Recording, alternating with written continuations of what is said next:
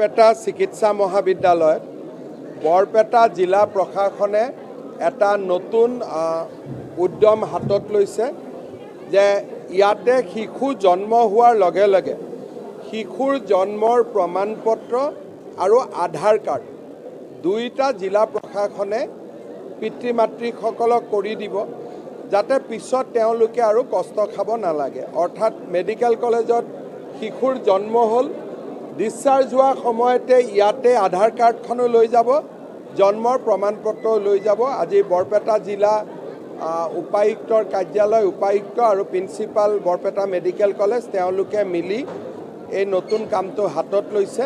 মই অভিনন্দন জনাইছোঁ। বৰপেটা মেডিকেল কলেজৰ বিভিন্ন অভাৱ অভিযোগৰ মই বুজ ল'লোঁ। আমাৰ ইয়াতে শিশু আৰু প্ৰসূতিৰ 100খন বিচনাযুক্ত এটা নতুন চিকিৎসালয় প্ৰস্তুত হৈছে। আগষ্ট মাহত ইয়াক আমি আৰম্ভ কৰিব পাৰিম। আমাক অলপ হোষ্টেলৰ প্ৰয়োজন আছে আৰু ইমাৰ্জেঞ্চি ইউনিট এটাৰ প্ৰয়োজন আছে। এই গোটেই কথাখিনি মই আজি আলোচনা কৰিলোঁ আৰু যি ধৰণে আমি পুঁজি পাম সেই ধৰণে মহাবিদ্যালয়ৰ উন্নয়নৰ কাৰণে কৰি গৈ থাকিম। কেঞ্চাৰ হস্পিটালৰ লগতো আমি সংলগ্ন কৰি নতুনকৈ BSc নাৰ্ছিং কলেজ এখন খোলাৰ বাবে প্ৰচেষ্টা চলাই আছোঁ। এই বছৰৰ শেষৰ ফালে সিও সফল হ'ব বুলি মই ভাবোঁ। আমাৰ পেচেণ্টসকলে যাতে নিৰন্তৰ সুবিধা পাই থাকিব পাৰে, আয়ুষ্মান ভাৰত, আয়ুষ্মান অসমৰ জৰিয়তে বিনামূলীয়া ট্ৰিটমেণ্ট হ'ব পাৰে, তাৰ বিষয়ে মই এটা বুজ ল'লোঁ। লাহে লাহে আমি বিভাগটোক শক্তিশালী কৰি গৈ থাকিম। বৰপেটা জিলাৰ উপায়ুক্তই এইটো ব্যৱস্থা হাতত লৈছে। বাকী জিলাৰ উপায়ুক্তকো ক'ম যে আপোনালোকে এই ধৰণে কৰক। আমাৰ ইয়াতে 128 CT স্কেন মেচিন এটা দিয়া হৈছে। জুলাই মাহৰ ভিতৰত ই আহি যাব। প্ৰায় 14 কোটি টকা খৰচ কৰি আমি 128 স্লাইজৰ CT স্কেন মেচিন এটা বৰপেটা মেডিকেল কলেজক দিছোঁ। আৰু কেঞ্চাৰ হস্পিটালখনো আমাৰেই, তাতো CT স্কেন আছে। মুঠতে দুটা CT স্কেন হৈ যাব। সাপে খুটাৰ বাবে ঔষধ চব হস্পিটালত আছে, কিন্তু কিছুমান ডক্তৰে সাপে খুটাৰ বেজি দিব ভয় কৰে, কাৰণ অলপ ৰিয়েকশ্যন হয়, কেতিয়াবা অকণমান ফাৰ্ডাৰ ট্ৰিটমেণ্টৰ প্ৰয়োজন হয়। সেইকাৰণে বহুত ডাক্তৰে এণ্টিভেনম ইনজেকশ্যন দিব নোখোজে। যোৱা বছৰ আমি 100জন ডক্তৰক ইয়াৰ ওপৰত ট্ৰেইনিং দিয়াইছিলোঁ। এই বছৰ আমি আৰু অলপ প্ৰশিক্ষণৰ ব্যৱস্থা কৰিম যাতে ডাক্তৰসকলে ভয় নকৰে। চাওক, ধুবুৰী, নগাঁও আৰু যোৰহাট লোকসভাত কংগ্ৰেছ দল বিজয়ী হোৱাৰ পিছত একাংশ ব্যক্তি আৰু সম্প্ৰদায়ে তাৰ সুযোগ লোৱা আমাৰ পৰিলক্ষিত হৈছে। যোৱা 3 বছৰ ৰাজ্যখনত এই ধৰণৰ ঘটনা একেবাৰে নোহোৱা হৈছিল, কিন্তু যোৱা 3 দিনতে এদিন মাজবাটত চাহ বাগিচাৰ সম্প্ৰদায়ৰ ছোৱালী এগৰাকীৰ ওপৰত ঢেকীয়াজুলিত, মাজবাটত গোৰ্খা সম্প্ৰদায়ৰ ছোৱালী এগৰাকীৰ ওপৰত, আজিও ঢেকীয়াজুলিৰ ঠেলামাৰাত গোৰ্খা সম্প্ৰদায়ৰ ছোৱালী এগৰাকীৰ ওপৰত যৌন উৎপীড়ন চলোৱাৰ বাতৰি আমি পাইছোঁ। তাৰ মাজতে বৰপেটাতো ঘটনা এটা হৈ গ'ল, মন্ত্ৰী জয়ন্ত মল্ল বৰুৱা আহিছিল। তাৰ মাজত কোকৰাঝাৰতো এটা ঘটনা হৈ গ'ল আৰু তাৰ মাজত লখিমপুৰতো থানা জ্বলোৱাৰ ঘটনা এটা হৈ গ'ল। প্ৰথমটো অসমৰ ৰাইজে গভীৰভাৱে বিশ্লেষণ কৰিব লাগে যে 3টা চিটত জিকোতে এই অৱস্থা, আৰু ৰাজ্যখনত যদি কেতিয়াবা শাসনৰ পৰিৱৰ্তন হয়, আমাৰ ৰাজ্যৰ জনতাই কিমান ভয় আৰু সন্ত্ৰাসৰ মাজত থাকিব লাগিব। সি যি কি নহওক, এই ঘটনাবিলাকৰ বিৰুদ্ধে আমি সচেতন হৈ আছোঁ। আৰক্ষীক কঠোৰ ব্যৱস্থা ল'বলৈ নিৰ্দেশ দিয়া হৈছে আৰু মই ভাবোঁ যে 2 দিনৰ ভিতৰতে আমি পৰিস্থিতি স্বাভাৱিক অৱস্থালৈ ঘূৰাই আনিব পাৰিম। GLC কলেজৰ মাৰ্কশ্বিটৰ ঘটনাটো যোৱা 7 দিন ধৰি মূল পৰ্যায়ত ইয়াক বিশ্লেষণ কৰি থকা হৈছে। ইয়াত যি ধৰণে ঘটনাটোৰ তথ্য পোহৰলৈ আহিছে, গুৱাহাটী বিশ্ববিদ্যালয়ৰ যিটো মাৰ্কছৰ ছিষ্টেম আছে, এটা কম্পিউটাৰ ছিষ্টেম আছে। এই কম্পিউটাৰ ছিষ্টেম যিসকলক চলাব দায়িত্ব দিয়া হৈছে তেওঁলোকে ল'ৰা ছোৱালীৰ পৰা পইচা লৈ মাৰ্কছটো বঢ়াই দিয়ে আৰু বৰপেটা জিলাত ৬-৭টা ঘটনা পোহৰলৈ আহিছে আৰু এই ঘটনাৰ মুখ্য যিগৰাকী আৰোপী তেওঁক যোৱাকালি পুলিচে গ্ৰেপ্তাৰ কৰিছে। গুৱাহাটী ইউনিভাৰ্চিটিৰ ভাইচ চেঞ্চেলৰৰ লগত কথা পাতিবৰ কাৰণে মই অহাকালি পুলিচৰ উচ্চপদস্থ বিষয়াসকলক পঠিয়াম।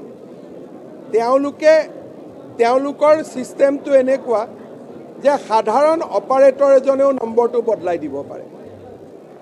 কিমানৰ নম্বৰ বদলাইছে হয়তো হিচাপ নাই, কাৰণ আমি দেখা পাইছোঁ যে বেংক একাউণ্টত কলগেছিয়া আৰু এই অঞ্চলৰ 9-10জন কেতনা লোগों का मिला अभी এতিয়ালৈকে 6জন লোক আপোনালোকে গম নাপায়। এইটো আমি খুব গভীৰভাৱে তদন্ত কৰিছোঁ।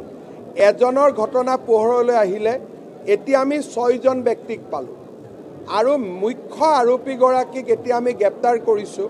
তেওঁক জেৰা কৰাৰ পিছত আৰু বহুত ল'ৰা ছোৱালীৰ নাম আমি পাম যোনে নম্বৰ বঢ়াই লৈছে। গুৱাহাটী বিশ্ববিদ্যালয়ত হৈ থকা এই ঘটনাটো আন বিশ্ববিদ্যালয়তো হৈ থাকিব পাৰে। বিষয়টো গভীৰ। শিক্ষামন্ত্ৰীগৰাকীক মই এতিয়ালৈকে কোৱা নাছিলোঁ, তদন্ত চলি আছিলে কাৰণে, কিন্তু এতিয়া মোক CIDয়ে জনাইছে যে মুখ্য আৰোপীজনক গ্ৰেপ্তাৰ কৰা হৈছে আৰু বিষয়টো বৰপেটা পুলিচ আৰু CIDয়ে যৌথভাৱে তদন্ত কৰি আছে। মই শিক্ষামন্ত্ৰীগৰাকীক গোটেই কথাখিনি জনাম। ইমান সহজতে নম্বৰটো বদলাই দিব পাৰি যে আৰু কিমানৰ নম্বৰ বদলাইছে তাৰ কোনো হিচাপ নাই। বিষয়টোৰ ওপৰত মই বহুত চিৰিয়াছ, মই গম পোৱাৰ কাৰণে। চাওক, প্ৰথম পুলিচে গম পালে, পুলিচে গম পোৱাৰ পিছত গৃহমন্ত্ৰীয়ে গম পালে, ব্যৱস্থা হ'ল। গতিকে আমাৰ বিভাগৰ পৰাই ব্যৱস্থা হ'ল, গতিকে বাহিৰৰ পৰাতো আৰু ব্যৱস্থা হোৱা নাই। চাওক, গাপ দিব নহয়, প্ৰথমতে পুলিচ বা স্থানীয় মানুহে ইমান বেয়াকৈ নাভাবে যে ইমান দূৰলৈকে আছে। লাহে লাহে যেতিয়া প্ৰমাণবিলাক আহে তেতিয়া গম পায় যে নহয়, ই ঘটনা দূৰলৈকে আছে। সেইকাৰণে বৰপেটাৰ SPৰ লগত মই নিজেও টেলিফোনত কথা পাতিছোঁ, তেওঁক মই এডভাইজো দিলোঁ। তাৰপিছত DGPক ক'লোঁ। এতিয়া অসম পুলিচ গোটেই ছিষ্টেমটোৱে এইটো ঘটনাৰ ওপৰত লাগি গৈছে, কাৰণ বৰপেটাক কেন্দ্ৰ কৰি গুৱাহাটী বিশ্ববিদ্যালয় যিটো ঘটনা ধৰাত পৰিলে সিহঁতো বাকী বিশ্ববিদ্যালয়তো চলি থাকিব পাৰে। গতিকে গুৱাহাটীতো এই বিষয়ে DGPয়ে গোটেই ঘটনাটো খবৰ অহাৰ পিছত প্ৰেছ কনফাৰেন্স কৰিব। কিন্তু সাধাৰণভাৱে এটা কথা মই আপোনালোকক ক'ব পাৰোঁ যে গুৱাহাটী বিশ্ববিদ্যালয়ৰ কম্পিউটাৰত নম্বৰ সংৰক্ষণৰ ব্যৱস্থাটো একেবাৰে ঢিলা। তাৰ সুযোগ লৈ 2 বছৰ 3 বছৰ পিছত মানুহে নিজৰ নম্বৰটো বদলাই লয় আৰু যিটো ফাৰ্মক অপাৰেশ্যন কৰিব এইটো দায়িত্ব দিছে সেই ফাৰ্মৰে মুখ্য ব্যক্তিজনে ঘটনাৰ লগত জড়িত আছে। স্বাভাৱিকভাৱে নগাঁও এটা ডাঙৰ মাৰ্জিন, ধুবুৰীত এটা ডাঙৰ মাৰ্জিন আৰু যোৰহাটত এটা অভাৱনীয় বিজয়, এই তিনিটাই স্বাভাৱিকভাৱে এটা সাম্প্ৰদায়িক শক্তিক প্ৰেৰণা যোগাইছে। ভোট দিয়া মানুহে হয়তো গমেও নাপায়, কিন্তু তেওঁলোকে প্ৰেৰণা পাইছে যে আমি লোকসভাত যেতিয়া 3টালৈকে যাব পাৰোঁ, বিধানসভাত নিশ্চয় আমি আৰু কৰিব পাৰিম। এটা তেওঁলোকে অলপ ভিটামিন পাইছে আৰু সেই ভিটামিনটোৰ পৰিণামটো ক'ত দেখা গৈছে? সাধাৰণ মানুহৰ ওপৰত, বিশেষকৈ ছোৱালীসকলৰ ওপৰত। গতিকে এই বিষয়টো মই ভাবোঁ পুলিচে পুলিচৰ ব্যৱস্থা ল'ব, চৰকাৰে চৰকাৰৰ ব্যৱস্থাও ল'ব, কিন্তু অসমৰ ৰাইজে ভোট দিয়াৰ আগতে বহুত কথা চিন্তা কৰাৰ প্ৰয়োজনীয়তা আছে। সেই কথাটো মই নিশ্চয় দোহাৰিম। মইতো কঠোৰ হ'বই লাগিব যেতিয়ালৈকে মুখ্যমন্ত্ৰী হৈ আছোঁ, মোৰ হাতততো বিকল্প নাই। কিন্তু মইতো সদায় জীয়াই নাথাকোঁ, জাতিটো সদায় জীয়াই থাকিব লাগিব। গতিকে জাতিয়ে কেনেকৈ জীয়াই থাকিব পাৰে মোৰ বৰ্তমানত অবৰ্তমানত, কাৰণ ব্যক্তিটো ডাঙৰ নহয়। মই আজি আছোঁ নাই, এতিয়া গুৱাহাটীত যাওঁতে এক্সিডেণ্ট হ'ব পাৰে, কোনে জানে। গতিকে মোৰ অবৰ্তমানতো কোনো ব্যক্তিৰ অবৰ্তমানতো যাতে সমাজখন জীয়াই থাকিব পাৰে ব্যক্তি ডাঙৰ কথা নহয় সমাজখন জীয়াই থাকিব লাগিব সেইকাৰণে সমাজে ভোট দিয়াৰ আগতে মোৰ 100 টকা ক'ত দৰমহা চৰকাৰে বঢ়াই দিলে কি নকৰিলে কি কৰিলে সৰু সৰু কথা যেনেকৈ আমি চিন্তা কৰিম ডাঙৰ কথাবিলাকো আমি চিন্তা কৰিব লাগিব যে এই চৰকাৰখন যোৱাৰ পিছত বা এই চৰকাৰখন দুৰ্বল হ'লে আটাইতকৈ শেষ হাঁহিটো কোনে মাৰিব এই কথা আমাৰ অৱচেতন মনত আমি চিন্তা কৰি ৰাখিব লাগে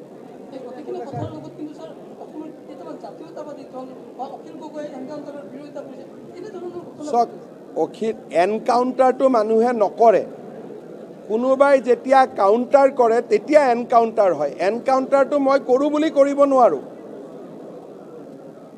যদি মই কৰোঁ বুলি কৰোঁ সেইটোক শ্বুট আউট হ'ব এনকাউণ্টাৰ মানে কি কোনোবাই যেতিয়া পুলিচক কাউণ্টাৰ কৰে তেতিয়া পুলিচে এনকাউণ্টাৰ কৰিব লাগে যদি কাউণ্টাৰ নহয় এনকাউণ্টাৰ নহয় সেইকাৰণে পুলিচে যি কাম কৰি আছে নীতিৰ বিৰুদ্ধে গৈ কৰা নাই আত্মৰক্ষাৰ বাবে যি কৰিব লাগে পুলিচক কৰিব লাগিব কিন্তু বিষয়টো পুলিচৰ লগত নহয় বিষয়টো আৰু অধিক গভীৰ আৰু কিছুমান ৰাজনৈতিক নেতা এইটো বুজিব নোৱাৰে বৰপেটা নলবাৰী ধুবুৰী গোৱালপাৰা ৰাইজে এই কথাবোৰ বেছিকৈ বুজিব পাৰিব নগাঁও মৰিগাঁও ৰাইজে বেছিকৈ বুজিব পাৰিব বাকীসকলে বুজিব নোৱাৰে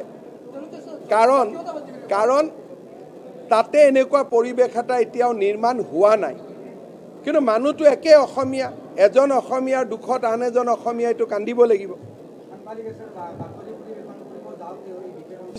আপোনালোকে বৰপেটাৰ সাংবাদিকসকলে বুজি পায় যে সেই ঘটনাটোৰ যেতিয়া বাতৰি সম্প্ৰচাৰ কৰিব গৈছিল আপোনালোকৰ ওপৰতে অত্যাচাৰ হ'ল কিন্তু আপোনালোকৰ লগৰ যি সাংবাদিক আন আন অঞ্চলত আছে তেওঁলোকে ইয়াৰ পৰিৱেশটোতো বুজি নাপায় সেইকাৰণে তেওঁলোকে অসমখন প্লেইন আৰু চিম্পল বুলি ভাবে কিন্তু আমি কোনখন অসমত কাৰ বিৰুদ্ধে আমি যুঁজি আছোঁ দিনে নিশাই সেই কথাখিনি সকলোৱে অনুভৱ কৰিলে যুদ্ধখন সহজ হ'ব ব্যক্তি ডাঙৰ কথা নহয় ব্যক্তি আহিব যাব কিন্তু জাতিটো জীয়াই থাকিব লাগিব আজিৰ দিনত নামনি মধ্য অসম উত্তৰ অসমৰ মানুহে বৰাক উপত্যকাৰ মানুহে কেনেকৈ জীয়াই আছে সেই কথাবোৰ উপলব্ধি কৰিব লাগিব বৰপেটাত আপোনালোকৰ উপস্থিতিতে কেনেকৈ আহি পেলাই ধামাত ধুম মাৰপিট কৰি থৈ গুচি গ'ল কিয় যে নহয় আমি ইমান ভোটত জিকিম